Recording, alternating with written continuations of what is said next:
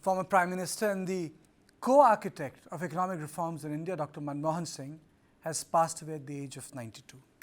The tributes have poured in from all over the world, and today, on this somber occasion, I am joined by veteran journalist Harish, Khare, who also served as the media advisor, press advisor to Dr. Manmohan Singh. Sir, thank you very much for joining me on my show. And, Thank you. and let me begin this conversation by asking you, how was Manmohan Singh in person? Well, this the easiest question one could ask. Anybody who met Dr. Singh came away with the impression of an extremely polite, humble, and decent man who would never flaunt his knowledge, his learning, his wisdom. So it was always a pleasure to have a conversation. He was curious about wanting to know things, how things working.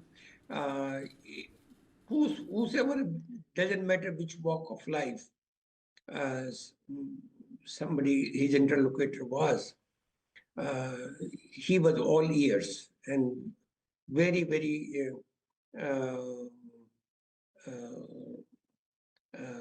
very, very, uh, I should say, uh, in a mood of learning everything new. How, how was it to report Dr. Manmohan Singh as leader of opposition, finance minister, to speak to him as a journalist when you were there in the print, and then to work with him as his advisor, someone who wrote his speech? What was the difference, sir? Well, I tell you one thing. It was in many ways very easy to be his media advisor uh, because he was a man who was convinced that whatever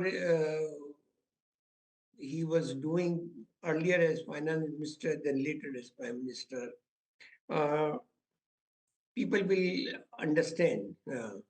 And he was never the one to want to shove it down the country's throat, any of his ideas. Uh, Constant dialogue, constant conversation, constant give and take.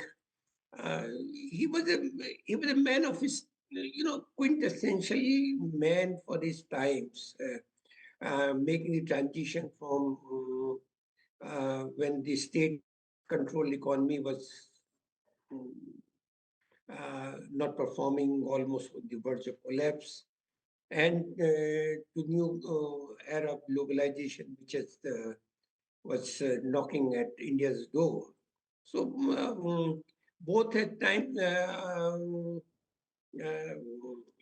he, whether he was finance minister or you work for him as prime minister, never he would complain about A, B, C, D, or this anchor, or this writer, or uh, the approach was maybe something is wrong with our communication. So let's try to rectify that. Mm. He was So, uh, uh, he was a very easy boss to work for. Mm.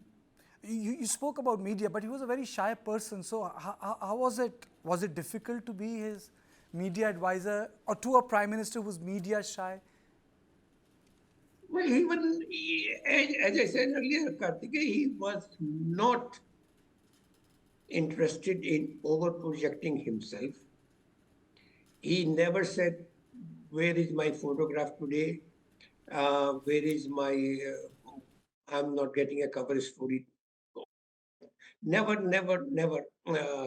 Ever any demands were made that he should be on cover stories. He should be the lead story in the evening news or in the headlines next day. Mm.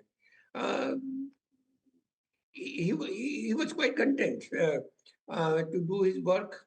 and things will um, he, because he was a man of great learning and great education, that he believed in the inherent reasonableness of a reasonable citizen. He thought the citizen can make his own or her judgments. He doesn't need it to be coached by media advisors and publicity stunts. So when the relationship of Prime Minister then became very adversarial with media, you also tried sort of a conclave, a conversation. Did he ever felt that this was not done? Well, he was. There were moments when he thought that media was unfair, but that was it. He never wanted to do or us to do anything about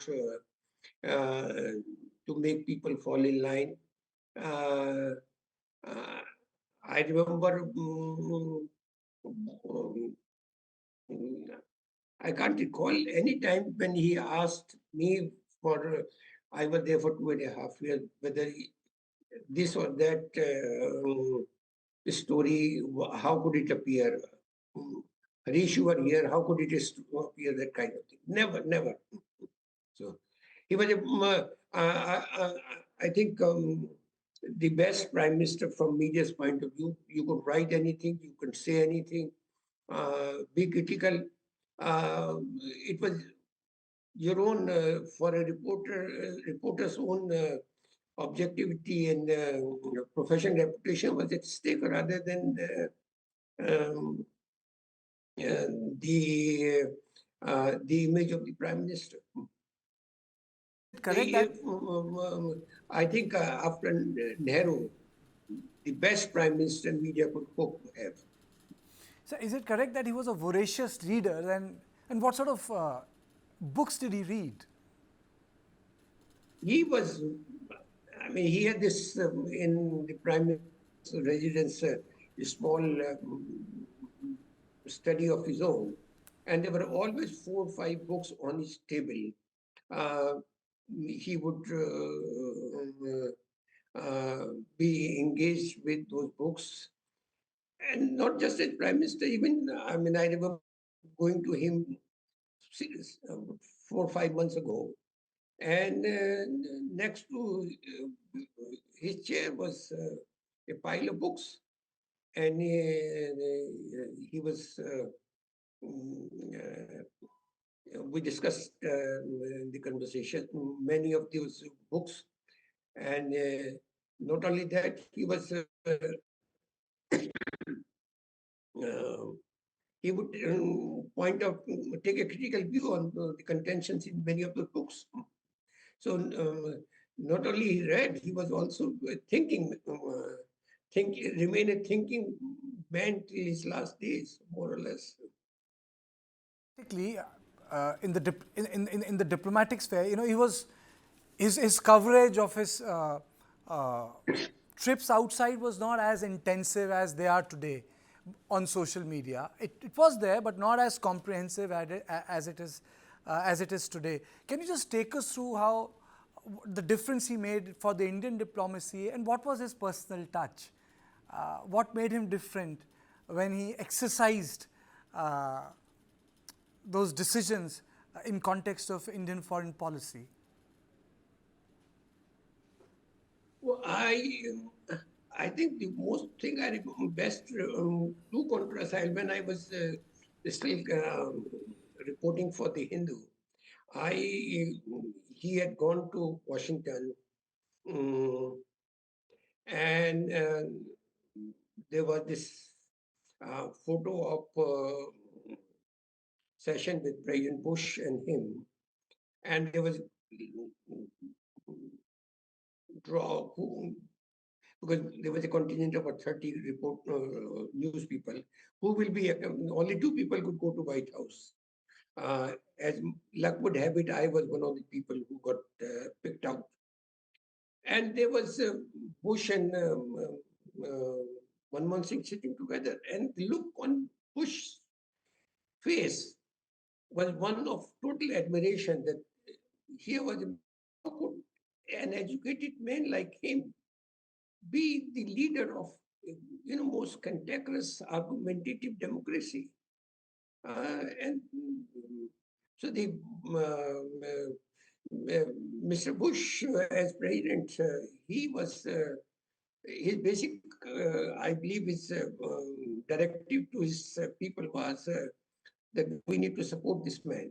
He is the best advertisement for democracy in the world. So the I think after very long time, the American establishment heard that kind of directive from a prime minister. So, what was the difference you saw when you would meet him as when he was the finance minister, and then when you would meet him as when he was the leader of opposition in Rajya Sabha, and when you would meet him in 2004-5 when he became the prime minister, and when you would be part of his office in 2009? I would say that it is all those four padao, as you say. It was a continuous journey of immense coming to terms with the great complexities and the great inequalities which define this country. And as finance minister, his job was very crucial, but in a very limited sense, it was uh, his job was to worry about the economic regeneration of India. But once he became leader of the opposition and then became prime minister, and then when I saw him as from close quarters, he was uh, that overused word. He never forgot. He was always working towards inclusive growth. Inclusive growth for him meant, lifting everybody up, not just small sections of society. So it's a, but even as finance minister, he was so probably economic reporters can tell you better about this, but he was never tired of explaining at as much length as anybody wanted why reforms were needed, what reforms were being done, and why, how, and why these would work and did work. So he would talk to any reporter, um, uh, big or small, who wanted to understand what he was doing as economic as finance minister. So he was that way. And nobody would call him a great communicator, but he was never a great public speaker. But he was a great communicator. Anybody who sat with him in a private conversation would come back convinced, if not 100% of what he was trying to say. Uh, I would say something like 70%, 80%. And that's a plus in any leader's book. So, what was his way of dealing with the pushy colleagues? Because his cabinet was filled with heavyweights. The first cabinet had Arjun Singh, Pranab Mukherjee, Natwar Singh, all the heavyweights, Lalu, Ram Vilas Paswan, all the heavyweight, Vilas Rao Deshmukh. What was his way of dealing with them when he went on to become the prime minister? I cannot speak about the first term, but I mean, as a reporter, we all remember looking at all those aspects. I believe it was very simple that here was a man who was not out to cut any senior colleague down to size, and he was always conscious that it was not just a Congress government; it was a coalition government. And not only it was a coalition government, a government which was also dependent on the support of the left political parties. So, the somebody, it's um,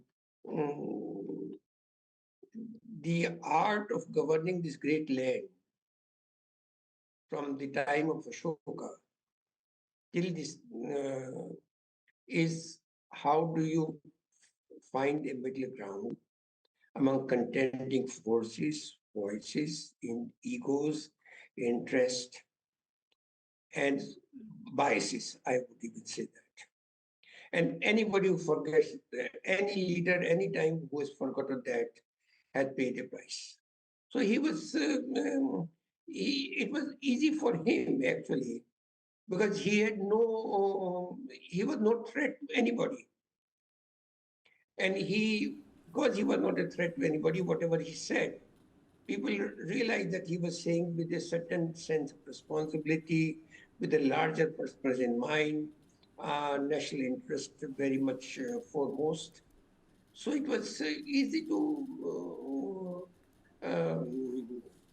bring uh, and he gave respect to all his colleagues. No, he Did he never. ever felt undermined, sir? Because a lot of memoirs have come, people saying this decision should have been taken, and Pranab Babu should have become the prime. Did he felt ever let down, undermined? I'm not very sure, and you know, in many ways, Pranab Mukherjee has always been in Delhi's uh, certain sections an overrated man. Uh, his political uh, skills were overrated. If for 10 years UPA survived as a very functioning arrangement, it was precisely because it was being led by a man called Dr. Manmohan Singh. Had Pranab Mukherjee been there or anybody else, the whole thing would have collapsed in couple of years. It would not have lasted 10 years. Why did you say that? You're saying basically that something clicked, something ticked, something worked for Dr. Singh. Something worked for Dr. Singh precisely because, you know, they, in, in one way, uh, because he had no political base of his own. So people thought that was his weakness. But that he converted that weakness into a strength. And he spoke whatever he said. It was always with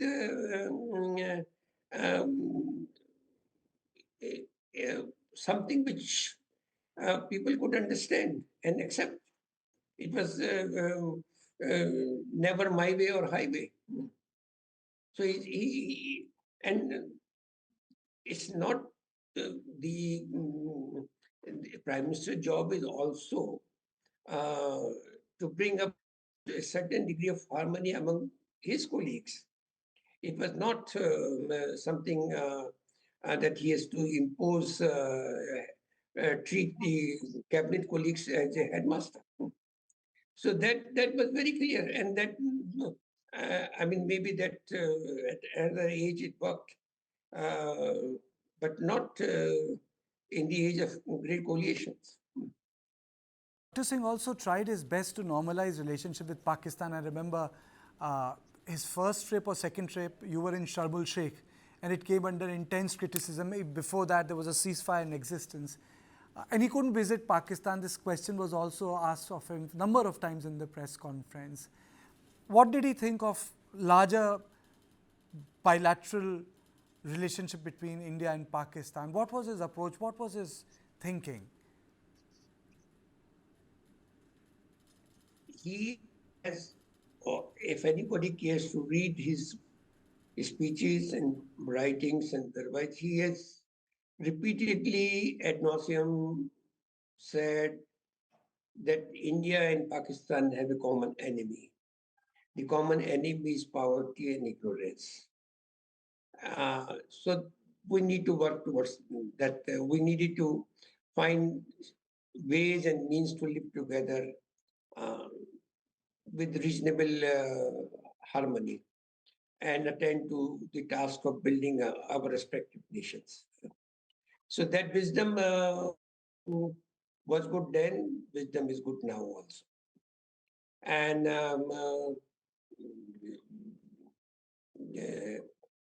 Pakistan have forgotten that wisdom. Uh, some people will say we have also forgotten that wisdom. So we are both the countries have locked themselves into a thousand-year-old conflict. And somebody has to find the great clarity and statesmanship to move beyond that, the thousand-year conflict. Sir, despite so much of political attack on him, how did he take the opposition along?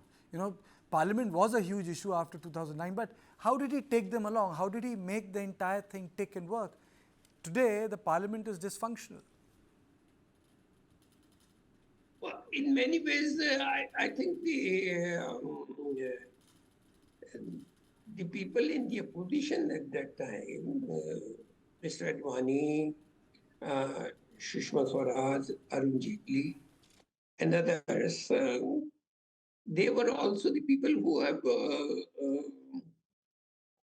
I mean, they may be using the forum of parliament to do uh, challenge the government, which is their opposition's right. But they were not confrontationist politicians. They were all three of them, three key leaders in their position at that time. They were not confrontationists. Their whole career was built on. They grew up from the ranks of give and take. Sometimes you win, sometimes you lose. That attitude. They were not out to demolish the opponent. That way, they are. He was lucky in his opposition, in the opposition he kind of opposition he had. This has been the most asked question, but I think I will also do the same, and ask you the question: how was his working relationship with the Congress president? How did it function? Because she was running the entire apparatus, party, UPA, and he was in charge of the government. It's people from the I understood only when I started working, had a chance to work with in the Prime Minister's office. The government is a very complex affair, and it is in at least during that time there was very little governmental work or decision making which was done outside the formal structure. The relationship, and that was understood by Srimati Sonia Gandhi also. It was not that she, politics is both policy and patronage. Manmohan Singh was not interested in dispensing patronage.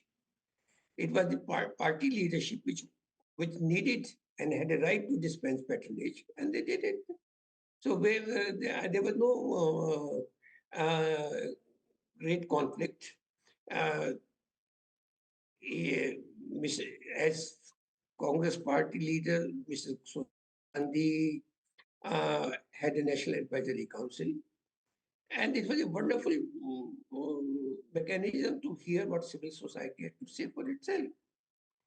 Uh, um, if civil Dr. Singh understood and that not all the wisdom resided in one man or in the government.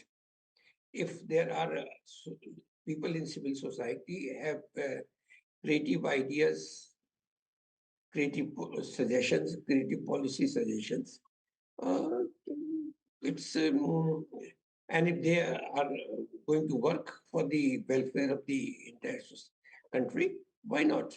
Let's listen to them.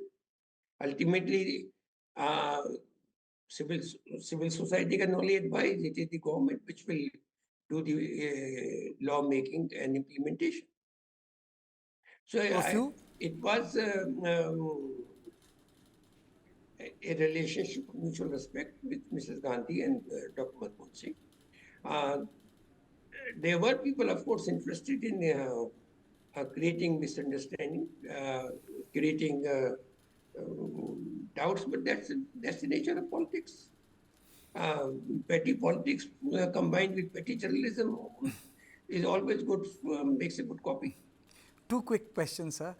Two quick questions. One, uh, did you ever lose temper, Dr. Manmohan Singh? Because you know he always came across smiling, non-confrontational.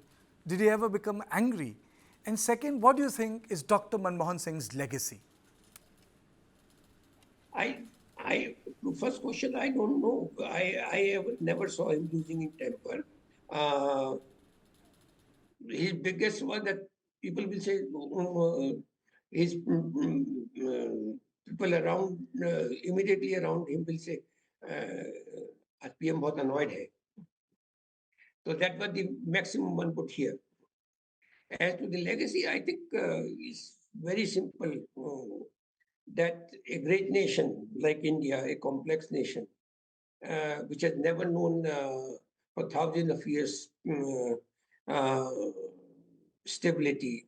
You require stability, you require fair governance, and you require firm governance, but you also require fair governance. Fair governance means we anybody and everybody should feel that he or she is a part of. Doesn't matter which region, what language you speak. You are part of a national dream. You're part of a national journey.